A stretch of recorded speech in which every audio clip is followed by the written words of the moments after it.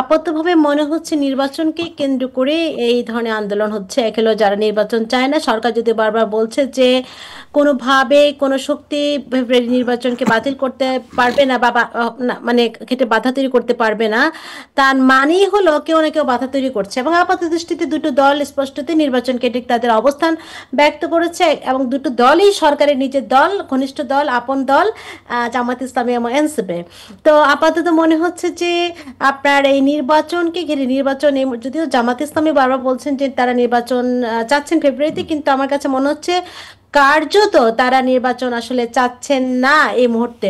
আর দুই হলো যে আরেকটা বিষয় আমাদের মনে হয় যে গত এক বছর অভিজ্ঞতা দেখেছি সরকার নিজে যেটা চাচ্ছে সেটাই কখনো মপ করে সেখানে বিভিন্ন দলের আন্দোলন করিয়ে সেটাকে বাস্তবায়ন করছে। এটা সরকারের দিক থেকে একটা কৌশল আমরা দেখতে পেয়েছি।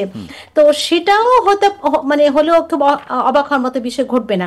আরেকটা বিষয় আমি এখানে খুব একটা গুরুত্বপূর্ণ জায়গায় যেতে চাই, যেটা হয়তো আমার সহ আলোচকটা উত্থাপন করেননি, কারণ হয়তো আমি নির্বিজ্ঞানের মানুষের সঙ্গেই আসলে আমার কাজ।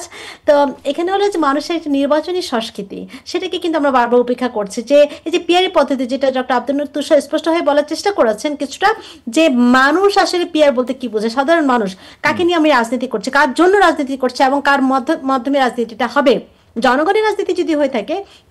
এখন এই যে যে দলগুলো চাচ্ছে, আমি ব্যক্তিগতভাবে নূর ভাই, তুষার ভাই একটু আগে বলেছেন যে কতজন এই সবগুলো দলের নাম শুনেছেন, আমি কিন্তু শুনিনি অনেক দলের নামই, সত্যিকার যদি বলি।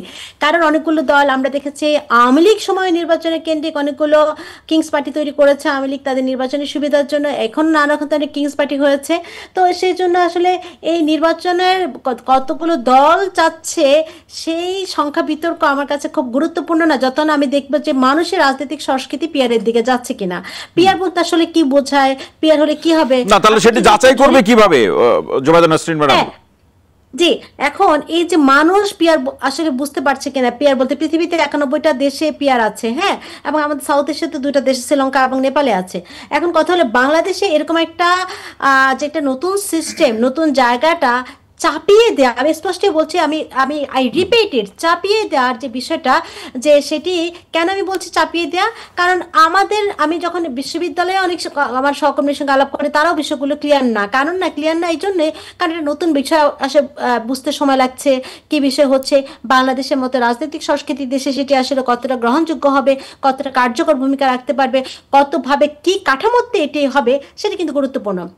আর্টিফিশিয়াল এখানে তো মানুষের সঙ্গে মানুষের সমর্থন, সম্পর্ক সেটা অনেকটাই কমে যাবে। একজন নির্বিজ্ঞানের শিক্ষার্থী হিসাবে আমি মনে করি যে মানুষ দলকে দলকে নির্বাচন করবে, এখানে কিন্তু মানুষের সঙ্গে মানুষের যোগাযোগ নেই, এবং দল নির্বাচন করবে ব্যক্তি। আপনি দেখুন সেখানে যে বিষয়টা নিয়ে আমরা বারবার কথা বলছি, দুর্নীতি দুর্নীতি দুর্নীতি, এখানে তো দুর্নীতির আরো সুযোগ, কারণ দল কিন্তু একটা লিস্ট করছে যে কারা কারা এই প্রতিনিধি হবে, এখানে মানুষ কিন্তু প্রতিনিধি নির্ধারণ করছে না। জি। যদিও বাংলাদেশে বর্তমানে যে প্রেক্ষাপট, সেখানেও কিন্তু প্রার্থী নির্বাচন হয়তো জনগণের কোনো ভূমিকা থাকে না, সাধারণত দলের যে কমিটি থাকে, সম্পাদকীয় মণ্ডলী তারাই নির্ধারণ করে। তারপরও যে আমি কাকে ভোট দিচ্ছি তা মানুষের ভিজিবিলিটি, আমরা যেটাকে বারবার বলছি নির্বিজ্ঞানে যে সম্পর্কের জন্য ভিজিবিলিটি খুব দরকার, সেখানে কিন্তু মানুষজন কিন্তু তার মানুষ কাকে সে নির্ধারণ করবে সে জানছে না, সেটি দলকে নির্ধারণ করছে। আর যারা স্বতন্ত্র প্রার্থীদের ক্ষেত্রে একেবারেই সেটি নাই হয়ে যাবে।